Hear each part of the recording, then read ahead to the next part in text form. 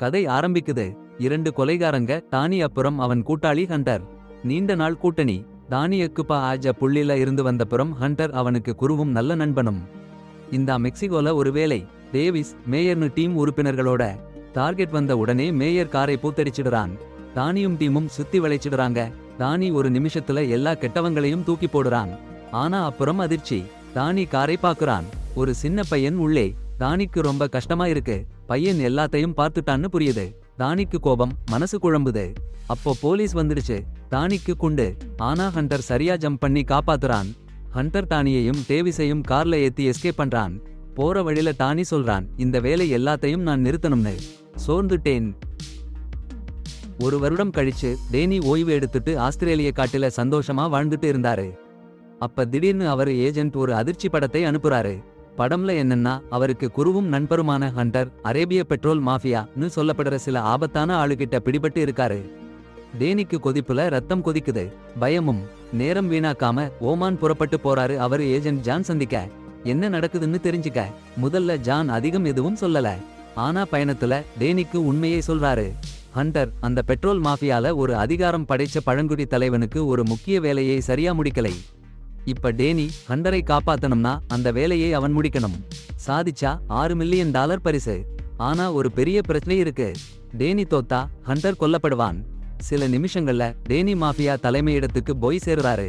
அங்க ஷேக்னு ஒருத்தரை பாக்குறாரு. அவங்க தலைவனோட இளைய மகன். ஷேக் டேனிக்கும் ஹண்டருக்கும் வேலை கொடுக்கிறாரு. ஷேக் தன் 3 மகன்களையும் கொன்ன ஆங்கிலேய ஸ்பெஷல் ஃபோர்ஸ்க்கு பழிவாங்கணும்னு தீர்மானிச்சிட்டாரு. டேனிய கூப்பிட்டு இலக்கணத்தை பத்தின ஃபைல் ஒன்ன கொடுக்கிறாரு. 6 மாசத்துக்குள்ள வேலையை முடிச்சிடணும்னு கடுமையான எச்சரிக்கை. வேலை சரியா முடியலன்னா ஷேக் சாவர நேரத்துல ஹண்டர் கொல்லப்பட்டுடுவாங்கன்னு கூறினாரு. டேனி வேலையை ஏற்றுக்கிறாரு. ஆனா ஹண்டரை பார்க்கணும்னு அடம்பிடிக்கிறாரு. ஹண்டர் ரொம்ப சோர்ந்து போயிருந்தாரு. டேனி இந்த வேலையை எடுத்துக்க கூடாதுன்னு கெஞ்சுறாரு. புதுசா கொலையாளி ஆகிடக் கூடாதுன்னு சொல்றாரு. ஆனா டேனி விடமாட்டேங்கிறாரு. ஹண்டர் மீது அவருக்கு ரொம்ப கடன் இருக்குன்னு சொல்றாரு. பிறகு டேனி ஒரு காவல்காரனை ஏமாத்தி குடிச்சு நினைவிழந்து போக வைக்கிறாரு. ஹண்டரை கூட்டிட்டு ஓட பார்க்கிறாரு. ஆனா ஷேக்கோட ஆட்கள் சுத்தி வளைச்சிட்டாங்க. எல்லாரும் கைது ஆகிட்டாங்க. ஹண்டர் டேனிய விட்டுட்டு போக சொல்றாரு. ஆனா டேனி மாட்டேங்கிறாரு. அப்போ டேனிக்கு ஒரு அதிர்ச்சி தகவல் தெரிய வருது. ஜான் ஹண்டரை வலை வீசி பிடிச்சு வச்சிருந்தான். டேனிக்கு ரொம்ப கடுப்பு. இப்போ அவருக்கு என்ன பண்ணறதுன்னே தெரியல. அவரு கொஞ்சம் கஷ்டத்துல கிடைக்கிறாரு. வேட்டைக்காரனை காப்பாத்துறதுக்கு இந்த வேலையை முடிச்சாச்சுன்னா இது என் கடைசி வேலைன்னு டேனி சத்தியம் பண்ணிக்கிட்டான். ஆஸ்திரேலியால அவன் ஜோடியான அண்ணா கூட சந்தோஷமா வாழணும், குடும்பம் அமைக்கணும்னு கனவு கண்டான். ஒரு நிமிஷம் கூட நேரம் கழிக்காம பிரான்ஸ் போய் டேவிஸ் மேயர் சந்திக்க போனான். பிரான்ஸ்ல இறங்கிய உடனே டேவிஸ் கூட ரொம்ப சந்தோஷமா ஒரு பாக்ஸிங் பிராக்டிஸ் பண்ணான். முடிச்ச உடனே வேலையை பத்தி விளக்கினான். வேலைக்கு எந்த பரிசும் வேணாம்னு, வேட்டைக்காரனை மட்டும் காப்பாத்தணும்னு டேவிஸ் மேயர்கிட்ட சொன்னான். அதுல வந்த எல்லா பரிசுகளையும் அவங்க வச்சுக்கட்டும்னு சொன்னான். சம்மதம் கிடைச்ச உடனே இலக்கை பத்தின படத்தை காட்டினான்.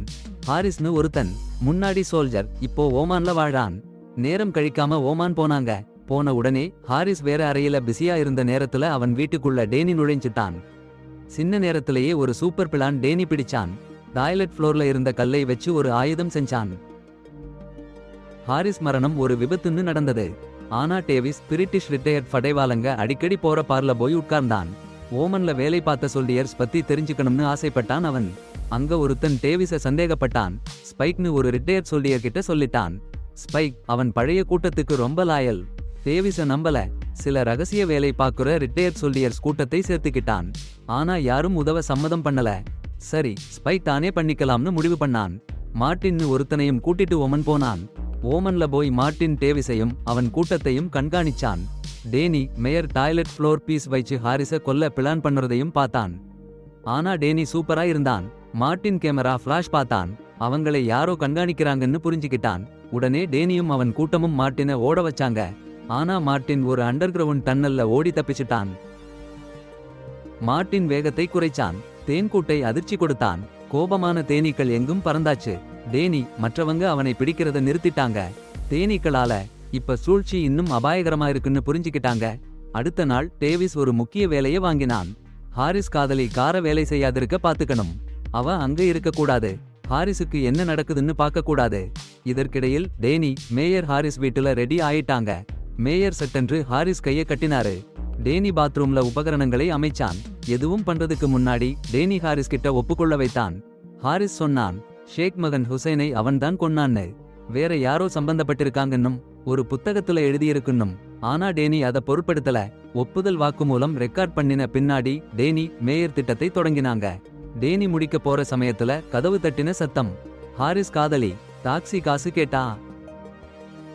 அவள் போனாச்சு. டேனி மறுபடியும் குளியலறைக்கு போனான். ஆனா ஹாரிஸ் சாவடிச்சு கிடக்கு. மேயர் சும்மா காத்திருக்க மாட்டாராம். வேலையை முடிச்சிட்டாரு. டேனி திருதிருன்னு பார்த்துட்டு இருக்கும்போதே அப்புறம் டேனி இங்கிலாந்துக்கு விமானத்துல புறப்பட்டுட்டான். மிஷன் தொடரணும். விமானத்துல அண்ணாவை பத்தி யோசிச்சுட்டு இருந்தான்.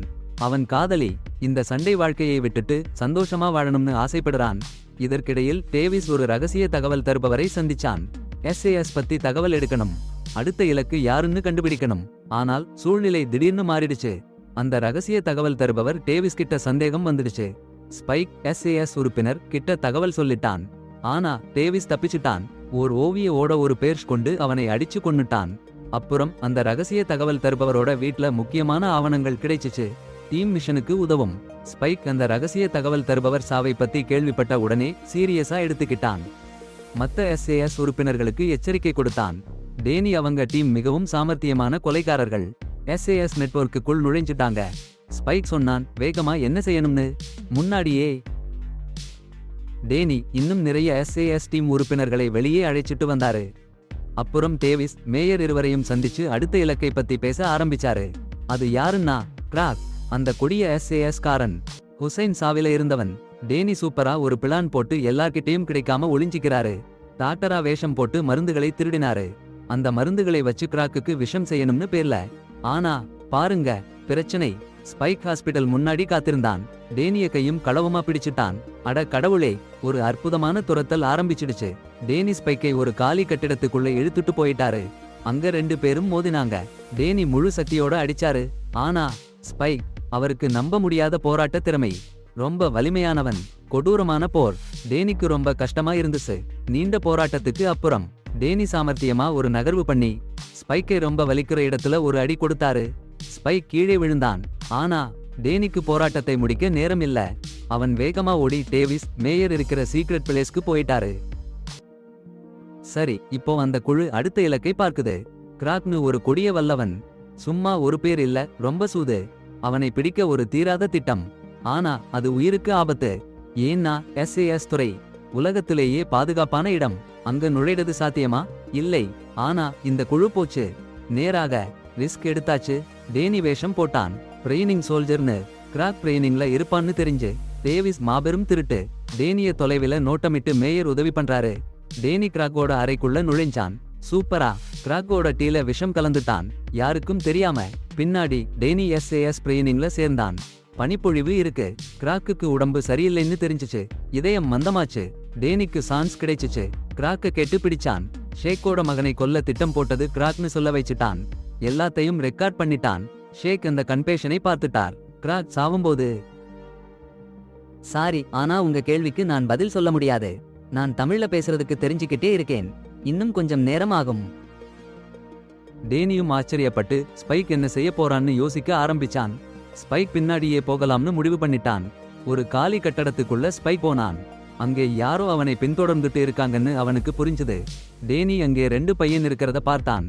அவங்க கிட்ட கொஞ்சம் காசு கொடுத்து ஸ்பைக் யாருன்னு கண்டுபிடிக்க சொன்னான். இந்த புது தகவலால டேனி சைமனை எப்படி சமாளிக்கலாம்னு திட்டம் போட ஆரம்பிச்சான்.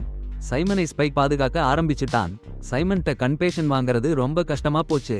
அதனால டேனி ஒரு அட்டகாசமான திட்டம் போட்டான். டேவிஸ் சைமன் மாதிரி நடிச்சு ஒரு போலி ரெக்கார்டிங் செய்யலாம்னு முடிவு பண்ணான். இதனால யாருக்கும் சந்தேகம் வராம அவங்க வேலையை பண்ண முடியும். அதே சமயம் ஜான் ஸ்பைக் பத்தி தகவல் சேகரிக்க ஆரம்பிச்சான். அவனோட நண்பன் மிட்விக் கிட்ட போனான். மிட்விக் ஒரு எக்ஸ் சோல்ஜர்ஸ் கூட்டத்தை தெரிஞ்சுக்கிறான். ஸ்பைக் டேனியோட திட்டத்தை கெடுக்க கூடாதுன்னு ஜான் மிட்விக் கிட்ட சொன்னான். மிட்விக் சீக்கிரமா குல்லோன் கிட்ட போய் டேனியோட வேலையில இருந்து விலகி இருக்க சொல்லி சொன்னான். ஏகப்பட்ட கோபத்துல ஸ்பைக் எரிஞ்சு போச்சு. அவன் தனியா வேலை பண்றேன்னு முடிவு பண்ணிட்டான். அதே நேரம் டேனி கூட்டாளி லாரி கேரேஜ்ல நுழைஞ்சாங்க. ஆபத்தான வேலை சரியா போகுதா பாருங்க. அப்புறம் மேயர் ஒரு திட்டம் போட்டாரு. சைமனை நிறுத்த லாரி யூஸ் பண்றது. ரீமோட் ஃபிட் பண்ணி தூரத்துல இருந்தே கண்ட்ரோல் பண்றது. லாரியை சைமன் காரோட மோத வச்சு சாதாரண ஆக்சிடென்ட்னு காட்டணும். ஜாக்னு ஒரு புது உதவியாளர் கிடைச்சாரு. எல்லாரும் ரெடி ஆனாச்சு. திட்டம் எக்ஸிக்யூட் பண்ண ரெடி. அடுத்த நாள் திட்டம் ஸ்டார்ட். Mayor lorry ஓட்டினாரு. மத்தவங்க சேஃப் பிளேஸ்ல பாத்துக்கிட்டாங்க. சைமன் கார் வந்த உடனே மேயர் லாரியை அடிச்சு விட்டாரு. கிராஷ் சூப்பரா ஒர்க் ஆச்சு. Mission complete. ஆனா சிரமம் தொடங்குது. ஸ்பைக்கோட டீம் வந்து மேயரையும் ஜாக்கையும் பிடிச்சு ஓட்ட ஆரம்பிச்சாங்க. ஒரு டெரிபிள் சேஸ். மேயர் கார்னர் ஆனப்போ ஜாக் அவனை காப்பாத்த ஸ்பைக்கோட மனுஷங்களை ஷூட் பண்ணினாரு. பின்னாலிருந்து சுடுறாங்க. ஆனா ஒரு பயங்கர தவறு நடக்குது. மேயர் மேலையும் குண்டு பட்டுடுச்சு. 2 பேரும் உயிரிழந்துட்டாங்க. டேனிக்கு மனம் நொந்து போச்சு. கடுப்பா இருக்கு. மேயர் போனதுல அவனுக்கு ரொம்ப கஷ்டம். ஆனா சமயம் இல்லன்னு அவனுக்கு தெரியும். கொஞ்ச நேரத்துல ஸ்பை காரில ஒரு ரேடியோ கிடைக்குது டேனிக்கு. ஜாக் கிட்ட சொல்றான், ஜான் கிட்ட உதவி கேளுன்னு. இந்த குளறுபடிய சரி பண்ண உதவி வேணும்னு. அப்புறம் டேனியும் டேவிஸும் பேசிட்டு பிரியறாங்க. அவர்களோட பணி முடிஞ்சு போச்சுன்னு தெரிஞ்சுக்கிட்டாங்க. அந்த நேரத்துல ஸ்பைக் ஒருத்தன் கொல்லப்பட்டதை கண்டுபிடிச்சிட்டான். இதனால டேனியை பிடிக்கணும்னு அவனுக்கு உறுதி அதிகமாகுது. ஒரு டீம் அமைச்சு டேனியை தேடுறான். அதே சமயம் டேவிஸ் ஒரு ஹோட்டல்ல தங்கறான். அங்க தவறான முடிவுகளை எடுக்க ஆரம்பிக்கிறான். ஒரு பொண்ண வேலைக்கு வைக்கிறான். அவள ஸ்பைக் கிட்ட உளவாளின்னு தெரியாம. அந்த உளவாளி டேவிஸ் எங்க தங்கியிருக்கான்னு ஸ்பைக் கிட்ட சொல்லிடுறா. டேவிஸ் ஆபத்துல மாட்டிக்கிறான். உடனே ஸ்பைக் டேவிஸை பிடிக்க அவன் ஆட்களை அனுப்புறான். பிடிச்சிடுறாங்க. ஸ்பைக்கோட ஒருத்தன் ரேடியோல ஸ்பைக் கிட்ட தெரிவிக்கிறான். அங்க பக்கத்திலேயே இருக்கிற டேனி அதை கேட்டுடுறான். டேவிஸ் கார் திருடி ஓட பார்த்தான். ஆனா ஸ்பைக் கையும் கழுவும் பிடிச்சிட்டாரு. அடேங்கப்பா, டேவிஸ் இல்லாம போயிட்டாரு. சும்மா இல்ல, இறந்துட்டாரு. அப்புறம் ஸ்பைக் அவன் ஆட்களுக்கு கட்டளை கொடுத்தான். டேவிஸ் ஜாக்கெட்ல இருந்த நம்பரை சரி பண்ணுங்கன்னு. அப்புறம் ஸ்பைக் ஒரு கட்டிடத்துக்குள்ள ஓடி போனான். ஆனா அவனுக்கு ஷாக். டேனி அங்கே துப்பாக்கியோட காத்திருந்தான். டேனி ஸ்பைக்கை கொல்ல மாட்டேன்னு சொன்னான். போதும்டா இந்த சண்டை, கொலைன்னு சொல்லி ஸ்பைக்கை எச்சரிச்சான். நீ இந்த வேலையை நிறுத்த மாட்டேன்னா உன்னை நான் தான் நிறுத்தணும்னு கராரா சொன்னான். எச்சரிச்சுட்டு டேனி ஷேக் கிட்ட போய் சைமன் கொடுத்த ஒப்புதல் வாக்குமூலத்தை கொடுத்தான். வேலை முடிஞ்சிச்சு. அப்புறம் ஹண்டரையும் கூட்டிட்டு போய் ஓய்வு எடுடா, சாந்தமா வாழுன்னு கெஞ்சினான். இந்த பக்கம் ஸ்பைக் ஜான் பத்தி தகவல் தேடிட்டு இருந்தான். ஜான் சாதாரண ஏஜென்ட் இல்லன்னு தெரிஞ்சு அதிர்ச்சியா போனான். டேனியோட கூட சேர்ந்து ரகசியமா வேலை பண்ணிக்கிட்டு இருந்தான். கொலையாளிகள் டீமோட கூட. அப்பதான் ஸ்பைக்குக்கு புரியுது. சூழ்நிலை அவன் நினைச்சதை விட ரொம்ப சிக்கலா இருக்கு. உண்மையே என்னன்னு பின்னாடிதான் அவனுக்கு புரியுது. டேனி ஆஸ்திரேலியா திரும்பி ஓடி வந்து அண்ணாவை பாக்குறான். அட, என்ன ஒரு சந்தோஷம். ஒருத்தரை ஒருத்தர் எவ்வளவு மிஸ் பண்ணிருக்காங்கன்னு சொல்லிக்கிட்டே. ஆனா அந்த இரவுலேயே ஜான் அண்ணாவோட போன்ல டேனிக்கு போன் பண்றான். அட போங்கடா, என்ன ஷாக்கிங் நியூஸ். அவங்க தப்பு புள்ளையை கொன்னுட்டாங்க. ஹாரிஸ் அந்த ஷேக்கோட மகனை கொன்னவன் இல்ல. இப்போ அண்ணாவுக்கு ஆபத்து. டேனி இதை சீக்கிரமா சரி பண்ணாதான் பாதுகாப்பா இருக்கும். பயந்தும் கவலையுடனும் டேனி அண்ணாவை பாதுகாப்பா வச்சுக்க பாரிஸ் கூட்டிட்டு போறான். அங்க போய் ஹண்டர் வீட்டுக்கு அண்ணாவை அழைச்சிட்டு போய் ஹண்டர் கிட்ட கவனிச்சுக்க சொல்றான். ஹண்டர் உதவி பண்ணணும்னு ஆசைப்பட்டாலும் டேனி லண்டன் போய் எல்லாத்தையும் சரி பண்றதுக்கு அங்கேயே இருந்து அண்ணாவை பாதுகாக்க சொல்றான். டேனிக்கு இந்த பிரச்சனை எவ்வளவு சீரியஸா இருக்குன்னு தெரியும். அண்ணா பாதுகாப்பா இருக்கணும்னு அவனுக்கு ரொம்ப கவலை. ஒரு நிமிஷம் கூட நேர வீணாக்காம டேனி நேரா பீடஸ் போறான். அவன் பீட் ஆளுகளை சந்திச்சு பதில் கேட்டான். பி அவனை ஏமாத்திட்டான்னு உணர்ந்து ரொம்ப கோவப்பட்டான். அப்புறம் டேனி ஜான் கிட்ட போய் உண்மையான குறிக்கோள் யாருன்னு கேட்டான். ஆனா டேனிக்கும் ஜானுக்கும் தெரியாது. ஸ்பைக் ஜான் அலுவலகத்துல கேட்போர் கருவியை பொருத்திட்டான். எல்லாத்தையும் கேட்டுக்கிட்டு இருக்கான். டேனி உண்மையை தேடி அண்ணாவை பாதுகாக்க வேண்டிய கட்டாயத்துல இருக்கிறதால சூழ்நிலை ஆபத்தானா மாறிடுச்சு. சமாளிக்கணும்னா டேனி ரொம்ப புத்திசாலியா கவனமா இருக்கணும். ஒரு அசத்தலான நடவடிக்கையில டேனி ஹெல்மெட் போட்டு கருப்பு உடம்புல ஜெர்மன் இருக்கிற இடத்துக்கு போறான். மறைஞ்சு இருக்க முயற்சி பண்றான். ஆனா ஸ்பைக் எல்லாத்தையும் ரகசியமா கண்காணிச்சுட்டு இருக்கான். டேனி உள்ளே போன உடனே வெடிச்சிடும். டேனி தூக்கி வீசப்படுறான். ஸ்பைக் உடனே ஹெல்மெட் போட்டவனை பிடிச்சிடறான். டேன்தான்னு நினைச்சு. ஆனா ஹெல்மெட் எடுத்தாச்சுன்னா அது ஜாக். டேனி ஜாக்கை பயன்படுத்தி ஸ்பைக்கை ஏமாத்திட்டான். ஒரு படி முன்னே இருக்கான். ஜெர்மன் அறைக்குள்ள டேனி போய் ஜெர்மானை அடிச்சிடறான். மின் மயக்கமா இருந்தான். ஆனா அவன் வேலையை முடிக்க போற நேரத்துல கதையோட ஆரம்பத்துல பார்த்த சின்ன பையனை ஒரு நிமிஷம் நினைச்சான். அவனுக்கு சந்தேகம் வந்தது. ஆனா டேனி அவன் பிளான்ல தொடர்ந்தான். ஜெர்மானை சுட்டு போட்டான். சாட்சியா ஜெர்மானோட உடம்போட புகைப்படம் எடுத்தான். கட்டிடத்தோட போர்வேல எஸ்கேப் ஆனான். ஆனால் ஸ்பைக் சும்மா இருக்க மாட்டான். அவன் உடனே அவன் ஆட்களை சேர்த்து டேனிய விரட்ட விட்டான். சீக்கிரமே டேனி கைது ஆயிட்டான். அவன் சரண் அடைஞ்சான். ஸ்பைக்கும் அவன் ஆட்களும் அவனை பிடிச்சு ரொம்ப கஷ்டப்படுத்த ஆரம்பிச்சாங்க. பதில் கிடைக்கணும்னு. அப்போ ஒரு அதிர்ச்சி திருப்பம். ஜெர்ரி மின் உயிரோட இருக்கான். டேனி உண்மையான குண்டு இல்லாம ரப்பர் குண்டு தான் வச்சிருந்தான்னு தெரிய வந்தது. ஸ்பைக் கலங்கி போயிட்டான். ஏன் டேனி ஜெர்ரி மின்னை கொல்லலன்னு தெரியல. அதை தெரிஞ்சுக்கணும்னு ஸ்பைக் கேள்வி கேட்டுக்கிட்டே இருந்தான். முன்னாள் SAS உறுப்பினர்களை யார் கொன்னாங்கன்னு தெரிஞ்சுக்கணும்னு. அந்த கடுமையான விசாரணையில டேனி எல்லாத்தையும் சொன்னான். ஸ்பைக்கு எல்லாத்தையும் சொல்லிட்டான். அட போங்கடா. சிக்கன் அவன் பழிவாங்கும் காரணம். கேட்டதும் ஸ்பைக் நடுங்கி போச்சு. ஆனா டானியை விடுதலை பண்ணல. கட்டி கிடக்க விட்டுட்டு போயிட்டான். எல்லாம் முடிஞ்சு போச்சுன்னு நினைச்ச நேரத்துல மிட்விக் வந்தாரு. பிரிட்டிஷ் அரசாங்க அதிகாரி துப்பாக்கியை காட்டி ஸ்பைக் கையை சுத்தி போட வச்சாரு. அப்புறம் உண்மையான கதையை சொன்னாரு. முன்னாள் SAS சேவகர்களோட குழுவை பிரிச்சு ஸ்பைக்கோட வேலையை நிறுத்த அனுப்பப்பட்டாருன்னு. இன்னும் அதிர்ச்சி, எல்லாத்துக்கு பின்னாடி இருக்கிற உண்மையான மூளை ஷேக்கோட சிறுபிள்ளை பி பிரிட்டிஷ்காரங்களோட பெட்ரோலிய டீல் பண்ணிக்கிட்டு இருந்தான். அந்த டீல் ஃபிக்ஸ் பண்ண அவன் மூத்த அண்ணன்களை போர்வெளியில சாக விட்டுட்டான். அந்த நம்பிக்கை துரோகம்தான் எல்லா சம்பவங்களுக்கும் காரணம். ஷேக்கோட பழிவாங்கலுக்கும் அப்புறம் வந்த கோளாறுக்கும். அந்த நேரத்துல டானிக்கு ரொம்ப கோபம். புறக்கணிக்கப்பட்ட மாதிரி உணர்ந்தான். கயிறுகளை பிடிச்சு கிழிச்சு சக்தியை உபயோகிச்சு விடுதலையானான். கட்டப்பட்டிருந்தாலும் போராடி எதிரிகளை தோற்கடிச்சான். மிட்விக், ஸ்பைக் ஒரு வாய்ப்பு கிடைச்சாச்சுன்னு ஜன்னல்ல குதிச்சு ஓடிட்டாங்க.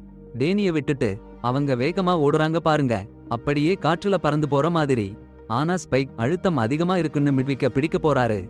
ஆனா டேனி ஏற்கனவே ஒரு காரில ஏறி ஓடிட்டாரு. அது அவருடைய காரா இல்ல. பிடிக்கவே முடியல. ஸ்பைக் கூட அவருடைய ஆட்களும் ஓடி ஓடி சோர்ந்து போயிட்டாங்க. சரியா? சட்டன்னு ஒரு ஷாக்.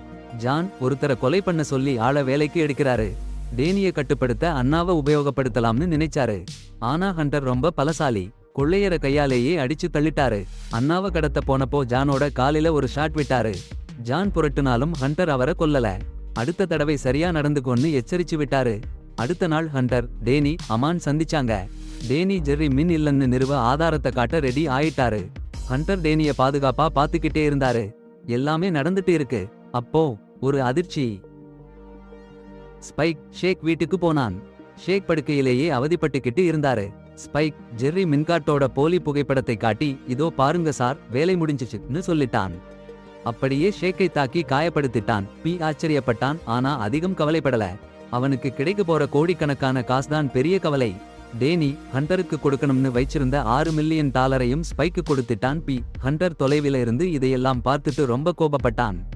டேனியை ஸ்பைக்கை பிடிக்க சொன்னான். ஸ்பைக் காசு எடுத்து ஓடிட்டான். ஆனா ஷேக்கோட ராணுவமே அவங்களை துரத்த ஆரம்பிச்சுச்சு. ரொம்ப கஷ்டமாயிருந்துச்சு. ஹண்டர் தயங்காம அவங்க காரை நோக்கி சுட்டுப்பாதை ஏற்படுத்தினான்.